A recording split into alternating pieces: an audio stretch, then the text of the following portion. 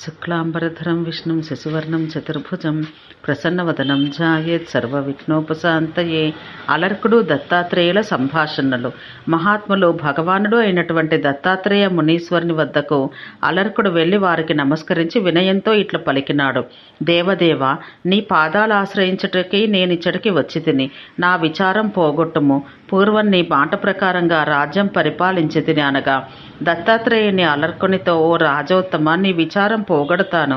దత్తాత్రేయ ముని అలర్కునితో, ఓ రాజోత్తమ, నీ విచారం పోగొడతాను. నీ విచారానికి గల కారణం ఏమిటి? నీవెవరి కుమారుడవు? నీ విచారం ఎవరికి సంబంధించినది? ఆలోచించము. అంగములను, దిగంబరుని అన్ని అంగములను గురించి తెలుసుకొనమని పలికెనని తండ్రికి కుమారుడు పలికి ఇంకా ఇలా పలికెను.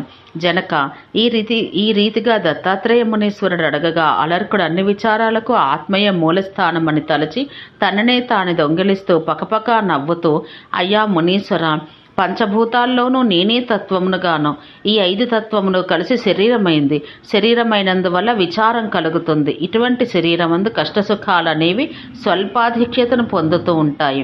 ఎప్పుడు సుఖదుఖాలు శరీరానికి కానీ శరీరమందలి ఆత్మకి కావు. ఎట్టి మార్పులు మనసు పట్టని అధర్మములు కానీ శరీర సంబంధమైనవి కావు.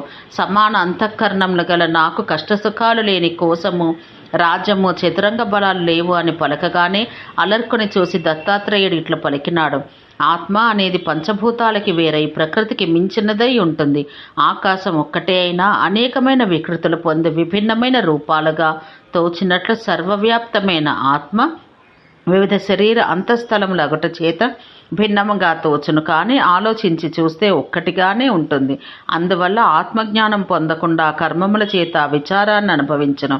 లోకంలోని వారందరూ నేను, మొలకయు, మమత్వము, మ్రాను, గృహము, క్షేత్రము, కొమ్మలు, కుమారులు, భార్య, చిగుర్లు, విత్తం, ధాన్యం, భగవంతుడు మొదలగు ఆకులు, పుణ్యపాపములనేవి పువ్వులు, కష్టసుఖాలనేవి పండ్లు, సంసార భ్రమ, ఆర్ద్రత, అజ్ఞానమనే చెట్టు నీడయందు చేరుతారు. కాబట్టి సత్పురుష సాంగత్యం అనే రాయిని, మంచి పదును చేసిన విద్య అనే గొడ్డల చేత అటువంటి చెట్టుమానను నరికివేసే బుద్ధిమంతులు మాత్రమే బ్రహ్మమును చూడగలరు. మునీశ్వర, నేను అనే మొలకను తొలగించిన బ్రహ్మ అని తెలియబడును. పరబ్రహ్మం అంటే నీవు కానే కావు, నేనంతకు మున్పే కాను. ఆదిరహితము, శూన్యము, సర్వాత్మకము, పంచతన్మాత్రలు, అంతఃకరణము, చతుష్టయాలు కలిగి విధిగా ప్రకాశించుచుండను అని చెప్పగా అలర్కుడు దత్తాత్రేయునికి నమస్కరించి, ఓ మునీశ్వర, జీవికి మరలా జన్మం కలగకుండుటకు కారణమేమిటి? మార్గమేది? తిరిగి పుడితే గుణశూన్యత, ఐక్య బ్రహ్మం ఎట్లు కలుగును?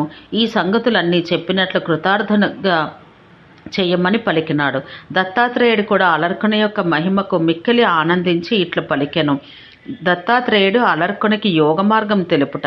రాజకుమార, దేహమనే ఆవరణం నందు బుద్ధి విశేషం కలిగి ఉండుటయే ముక్తి అగును. ఆ ముక్తి అనేది సంగశూన్యం, ప్రకృతి లీనం, త్రిగుణరహితం కాకుండా జ్ఞానంతో కూడి ఉండును.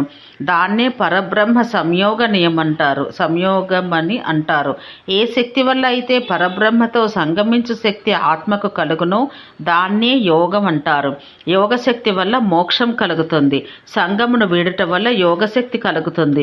సంగము అనేది విచారానికి కారణమవుతోంది. కాబట్టి మోక్షాన్ని కోరే మానవుడు సంఘానికి దూరుడై ఉండాలి. సంగమును వీడుట వల్ల మమకారం నశిస్తుంది. మమకారం నశిస్తే ఏకత్వ మూలకంగా సుఖం లభిస్తుంది.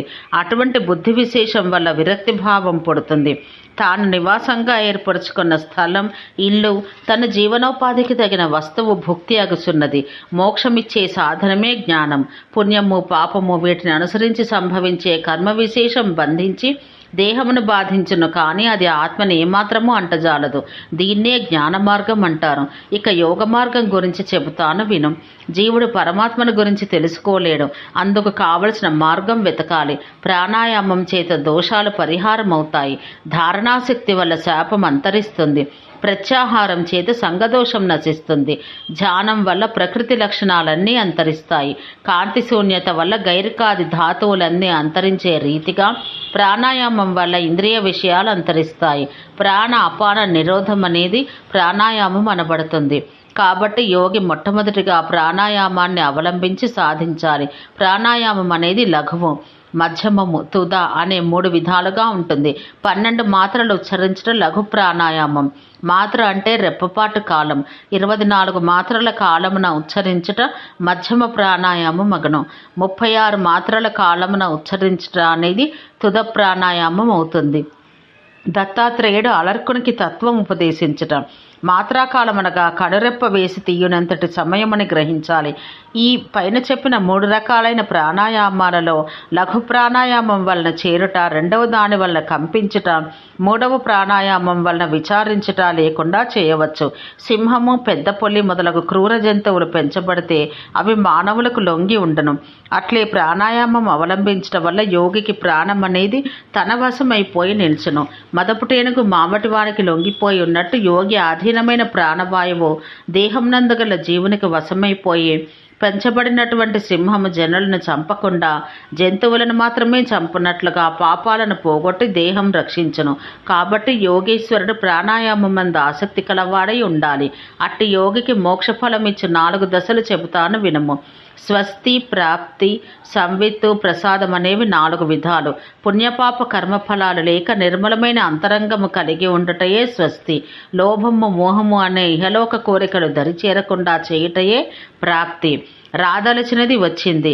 విప్రకృష్ణం, అతిరోహితం అనే వివరాలు తెలుసుకొని సూర్యుడు, చంద్రుడు, నక్షత్రాల యొక్క ప్రభావం వల్ల పొందే సంపదలు సంవిత్ అంటారు. మనస్సు, వాక్కు మొదలు ఇంద్రియాలు నిర్మలంగా ఉండటయే ప్రసాదం. యోగాభ్యాసపరుడైన యోగీశ్వరుడు పద్మాసనం, అర్ధాసనం, స్వస్తికాసనం ఈ 3 దేని అందైనను సుఖంగా కూర్చుండి మనస్సందు ప్రణవమనే ఓంకారాన్ని తలుస్తూ యోగాన్ని ప్రారంభించాలి. శిరణుడును సుఖాసన సమావిష్ణుడును అయి తొడలు బిగించి శిస్నం వృషణాలు వీటిని కాలి మడమలకు తగలనీయకుండా ముక్కు చివరన దృష్టి ఉంచి రజోగుణం చేత తమమును, సత్వగుణం చేత రజస్సును తగ్గించుకుంటూ సత్వగుణమే ప్రధానంగా తలుస్తూ ఇంద్రియాలను విషయముల యందు విముఖతను కలగజేసి తాబేలు నీటిలోనికి లాగడి రీతిగా తన అంగములను పైకప్పులోనికి ముడుచుకున్నట్టు కామాది అరిషడ్వర్గాన్ని అణిచివేసి సంక్లిప్తపరుచుకొని ఆత్మజ్ఞానాన్ని తెలుసుకోవాలని జ్ఞానం కలవాడై అట్లే ఆత్మను తెలుసుకుంటూ లోపల బయట కూడా పవిత్రుడై బొడ్డు మొదలుకొని కంఠం వరకు శరీరాన్ని పూరణ చేసి మనస్సందు ఓంకారం స్మరిస్తూ ప్రత్యాహారం ప్రారంభించిన యోగీశ్వరుడు తనలో తానే చూచుకొనగలడు. 12 ప్రాణాయామాలు లోకధారణ అంటారు.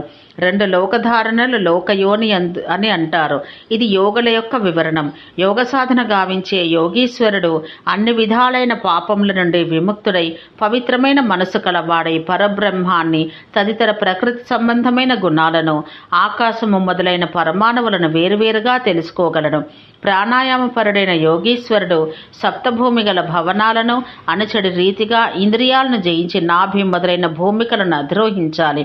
ఇంద్రియ జయం లేకుండా ఇట్టి పని చేస్తే రోగాల చేత బాధపడవలసి ఉంటుంది.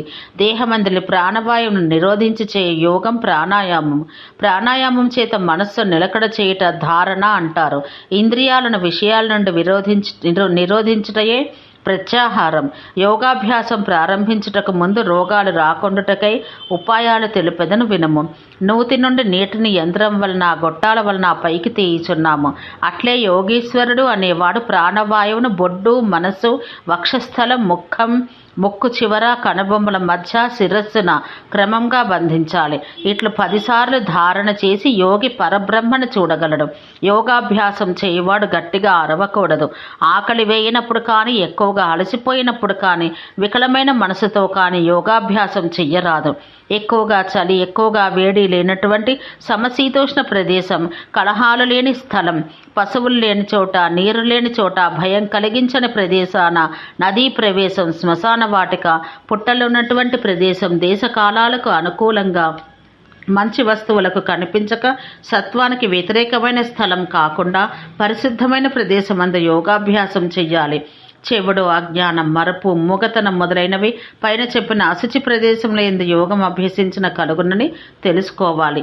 ఇట్లు సంభవమైన అవలక్షణాల యొక్క శాంతి కొరకు కొంచెం వేడిగా ఉన్నట్టి గంజి తాగాలి. గుదమందు పెరుగుంచుకోవాలి. వణుకు పుట్టినప్పుడు పర్వతాలు చేరుకోవాలి. దగ్గు వస్తే మామిడి పండు ఉపయోగించాలి.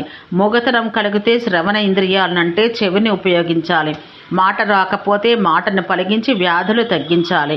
ఇంద్రియాలను మనస్సందు తలుచుకోవాలి. ఉండాలి. జ్ఞాపక శక్తి తగ్గితే ఒక కొయ్యను శిరస్సు పైన ఉంచి వేరొక కొయ్యతో తాటిస్తే స్మృతి కలుగుతుంది. యోగం వల్ల పుట్టిన వేడి దేహమందరి కల్మషాన్ని హరించి వేస్తుంది. ధర్మార్థ కామమోక్షాలనే చతుర్విధ పురుషార్థాలకు దేహమే పరమావధి అగుట చేత యోగ శరీరం పాలించుచుండవలెను. యోగాభ్యాసానికి మొదటి లక్షణం ఏమిటంటే మనసు నిశ్చలత్వం కలిగి, ఆరోగ్యం కలిగి, కఠినమైన హృదయం లేక సుగంధమైన శరీరం కలిగి ఉండాలి. అన్నింటి యందు సమానత్వం, గుణాలు గ్రహించుట, సమస్త జంతువులు ఇటువంటి వారిని చూసి భయమును చెందకుండుట, ఇవి ఉత్తమమైన యోగాభ్యాస సిద్ధికి లక్షణాలు. అతివేడి, అతి శీతలం వల్ల బాధలు, జంతువుల మూలకమైన భయము పొందని వానికి యోగసిద్ధి మిక్కిలి సులభం. యోగానికి వ్యతిరేకమైన గ్రామాదులందు, స్రక్చందనాది భోగంలందు, దేవత్వమందు, దేవేంద్రత్వమందు, తపోనయమందు, దేవతా పూజల యందును, ఉపవాసములందు మనసును పోనివ్వకుండా నడుముచు యోగీశ్వరుడు పరబ్రహ్మను తెలుసుకుంటే ఎందు మనసును నిలిపినచో విఘ్నాలనేవి కలగవు. ఇంతేకాక యోగీశ్వరునికి సత్వం, రజం, తమం అను త్రిగుణాత్మకమైన గొప్పతనం, శ్రవణం, దేవతా భక్తి, భ్రమించుట, ఆర్తవం, ఈ 5 యోగానికి ఆటంకాలు. ఇవే ఉపసర్గలు. వేదశాస్త్రాదుల యొక్క అర్థం తెలుసుకుంటాను ప్రతిభ అంటారు. దూరానండే శబ్దాలు తెలుసుకుంట శ్రవణం. దేవతలను, దేవతాధిపతులను తెలుసుకొనుట దేవతా భక్తి. అన్ని ఆధారాలు తొలగించి నిరాధారమైన దోషం చేత మనస్సును నడుపుట భ్రమ.